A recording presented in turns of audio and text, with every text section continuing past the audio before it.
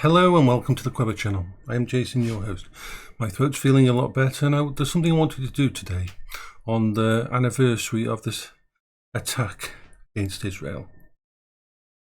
Now, I like to think, quite an unbiased person. I have nothing against the Palestinians.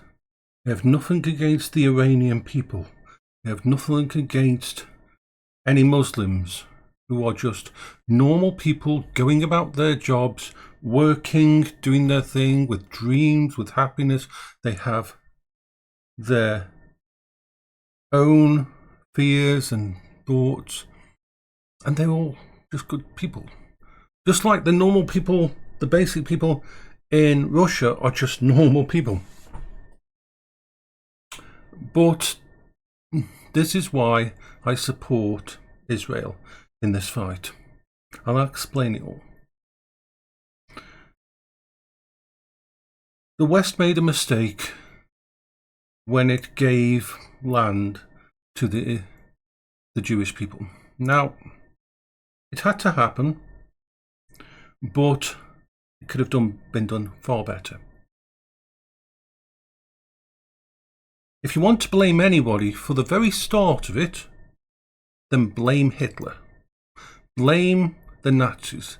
Blame the fucking genocide that persecuted the Jewish people to the point where they fucking well needed a home. They needed their own space. Their own psyche was damaged so much. They needed their own space, and they needed to be in a position where never again. Never again would anyone on the planet be able to hunt them to extinction. So that's where it started. Unfortunately, the land that was given to them was not empty, and the Palestinian people were pushed out. But that is not the Jewish people or Israel's fault. That is the Nazis and the genocide and the Western decisions. They made the best of a fucked up situation, but that's the past. Since then, Israel has been persecuted by nearly every Muslim nation around it. Nearly every Muslim nation around it has professed at one point or another that I want to kill them off and remove them. This is the problem. Now, I want to take you back to the 70s in Iran. Now, I'm going to pause this just to find the picture. In the 70s, Iran had become a moderate, where women had rights. Now, looking at this, before it all went wrong, these are pictures from Iran. They went to universities. Women were allowed to go to university. They didn't have to have their head covered or anything like that. They could shop. This was the 70s for the women in Iran.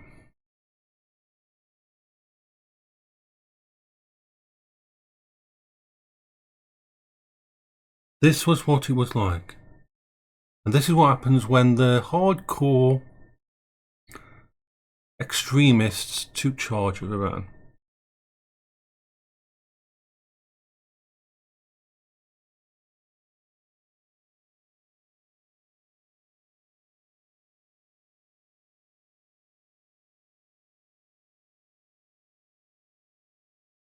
Look at that. Guys can go to the beach, take off all their fucking clothes. For women, this is not propaganda. This is a BBC report on it. So yeah.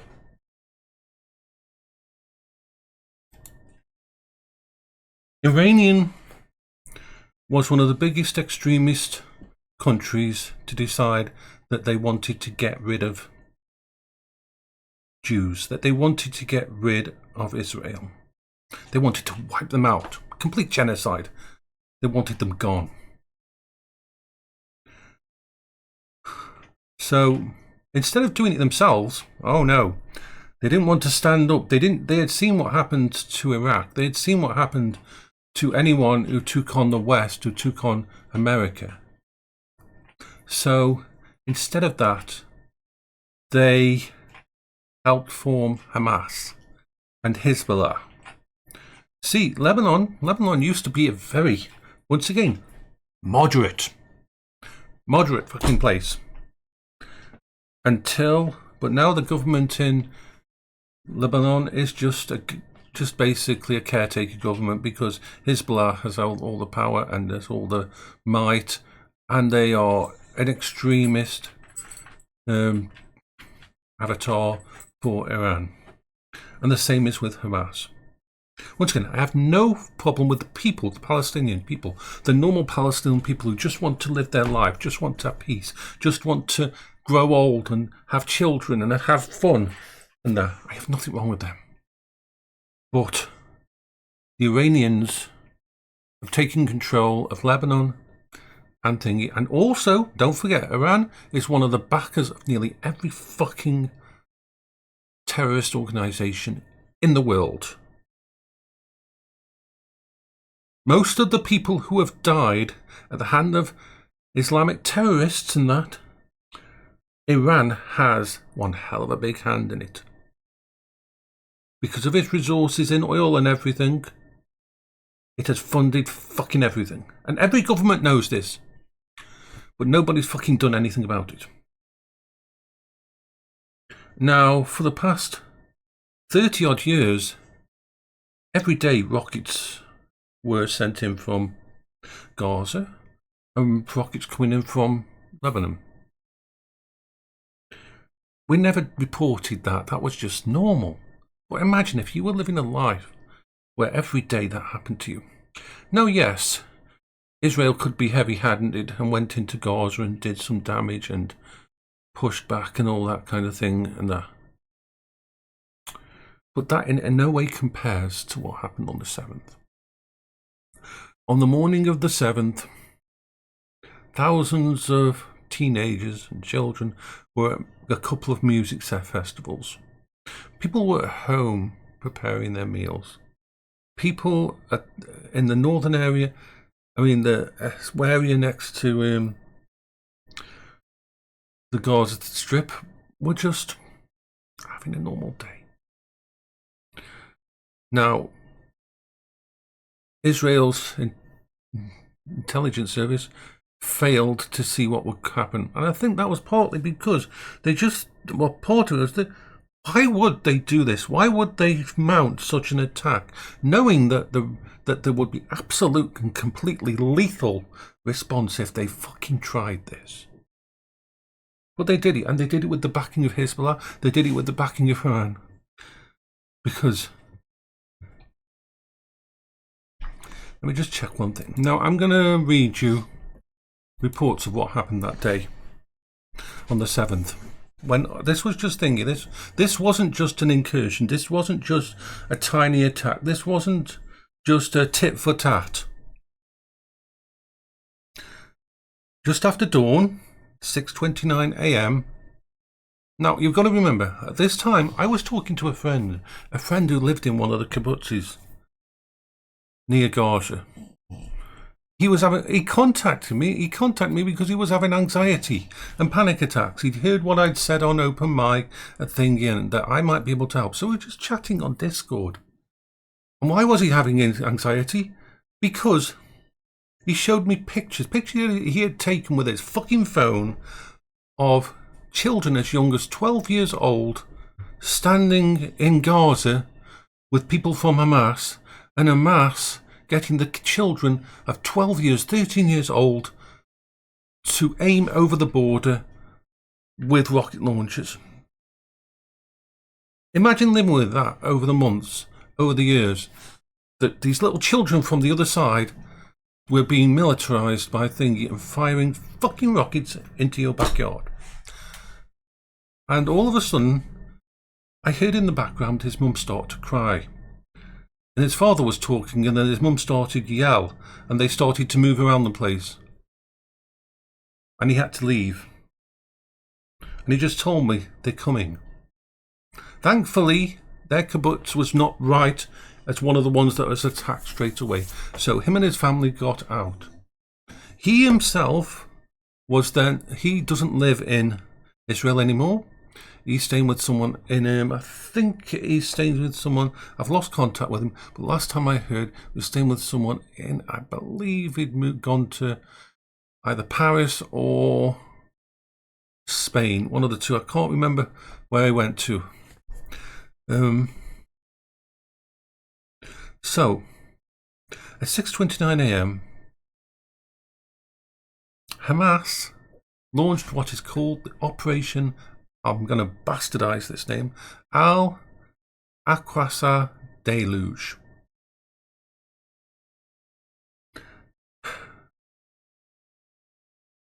An opening salvo, the biggest attack since 1948 when Israel was formed. Caught Israel completely off guard. It was the Jewish Sabbath, the last day of the religious holiday of Sukkot.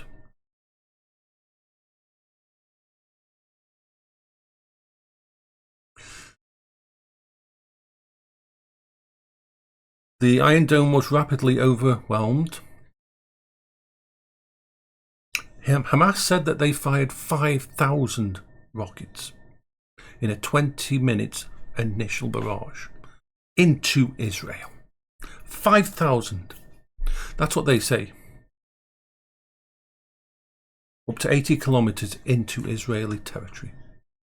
Israeli's military say it was more like 2,500, but still 2,500. Imagine that. Imagine if your psyche is full of situations where you've been persecuted since 1948 and before that genocide against your people, and this happens on the Sabbath. Religious holiday. 2,500. It's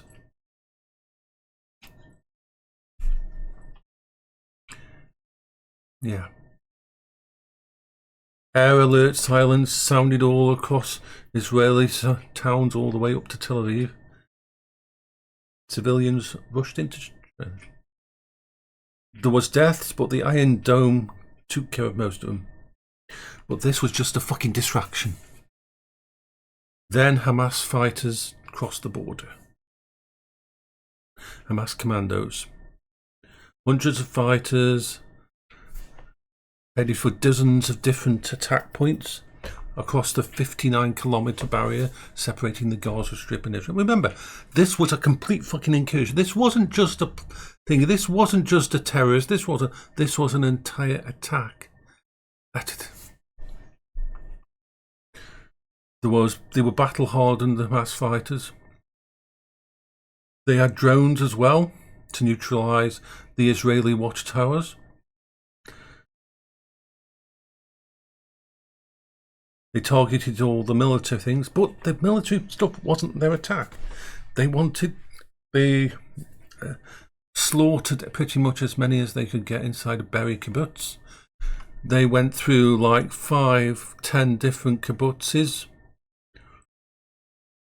and just was a rapid planned execution with the backing of Hezbollah and the backing of Iran. Motorized paragliders to get them further in. Motorboats came across the water as well. This wasn't just one-off. This wasn't just a disgruntled part. This was a sanctioned, full-on attack.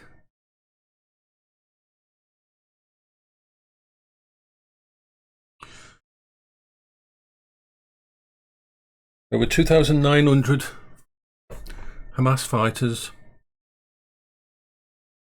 Had precise battle plans, and everywhere was hit within under 30 minutes. interference attacks on military bases so they couldn't go to help. And then they hit all the different kibbutzes. Erez, Zikim, Nahal, Sufa, Rim. By 10 a.m., the Israeli army acknowledged that the armed Palestinians entered at 3 military sites. Lots of fights going on everywhere. And then the Supernova Music Festival.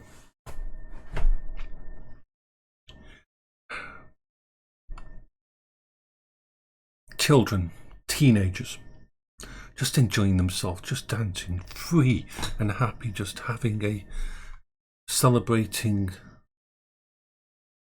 holiday. Thousands were killed along the entire system. And this wasn't just they went through the kibbutzes, which is just like mine in your little town, in your little village, little area. And these people were going house to house methodically, shooting people, setting fire to them, killing children, killing babies. They didn't give a fuck. They wanted to exterminate. This wasn't a war. These were civilians. This was a complete and total destruction.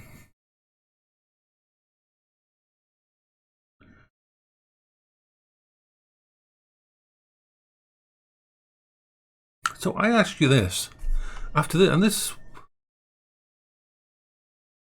happened.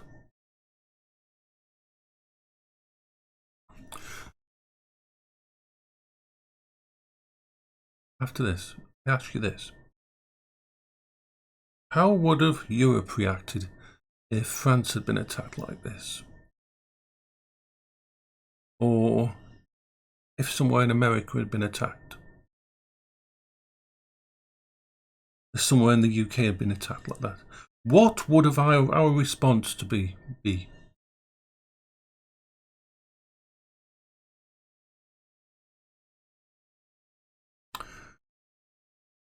Every single death in Gaza, every single death in Lebanon, every single death in Iran is on the hands and the fucking blood of that day. Because yes, before then they were tit for tat and they had oppression and things going wrong and things and that, and people were trying to sort it out and that. But that day showed the Israeli people that these people wanted to basically commit genocide against them, end their lives. And remember, they've been spending billions upon billions on their Iron Dome. They weren't doing that in case someone attacked. They'd had to do that because people were attacking them all the time. You don't spend that kind of money on defence systems and that. Far more than any other country spends on its military side. Unless you are being actively fucking attacked every single day of the week. And they finally had enough. The Israelis have finally had enough and decided, and just about after this it's like, oh, you're going to go into Gaza? Lebanon says, oh, Hezbollah, we're going to fire missiles at you every day. And they did. They fired missile after missile every single day for an entire year.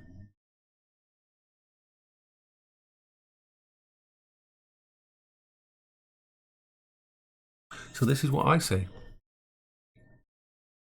Israel has every fucking right to raise Gaza to the ground. Sorry.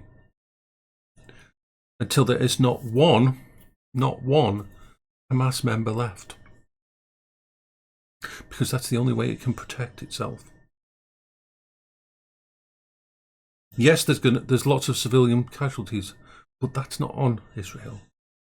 That's on Hamas for taking that action on the 7th. Yeah. And I'm sorry, Lebanon, as a proxy for Iran, has been firing missiles into Israel so that 80,000 Israel people have had to leave their northern areas because they can't go back because the missiles are coming in every fucking day. For a year, the last year, every single death, every bit of destruction in Lebanon is down to Hezbollah and it's down to Iran. And when it comes time, when Israel actually fucking puts the boot in on fucking Iran, I really, really hope the West grabs its fucking balls and actually sides with them, because Iran, not the normal people, but the Iranian fucking high-ups are need to be ended. They are a cancer on the entire West. They're a cancer on the entire world. They don't want to live and let live. They don't want to be friends. They don't want peace. If you give them peace, they're just going to wait till they got nuclear missiles and then they'll rain a nuclear missile down. Because the thing is, you've got to remember this, and this is not hyperbole. The reason everybody in the fucking world is so worried about Iran getting actual nuclear capability missiles is this. Because they see a nuclear war as holy fire.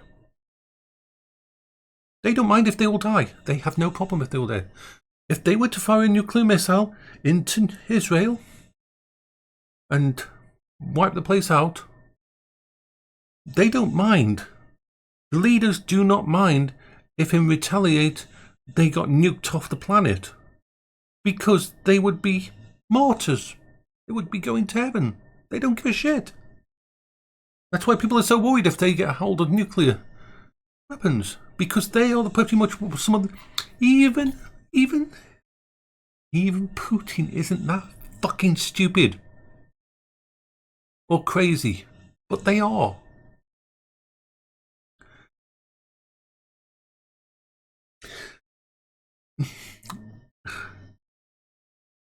This is why it's so sad to see that Jews being persecuted for this. We're basically deciding no more. You've pushed us enough, no more. You're going to find out what happens when you take on us. So I really hope they do go all the way. Yes, it will mean Third World War in that area. But if we don't, and if Iran continues down this extremist path, then every single fucking person on the planet's going to suffer.